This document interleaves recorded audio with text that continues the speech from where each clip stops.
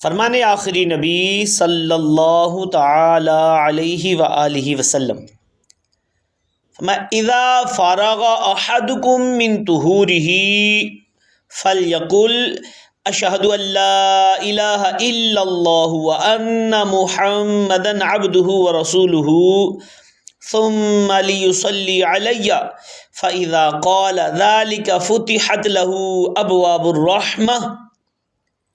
میرے اور آپ کے پیارے آقا صلی اللہ علیہ وآلہ وسلم نے ارشاد فرمایا، جب تم میں سے کوئی وضو سے فارغ ہو تو اشہد ان لا الہ الا اللہ وان محمدا عبدہ ورسولہ پڑھے، پھر مجھ پر درود پاک پڑھے۔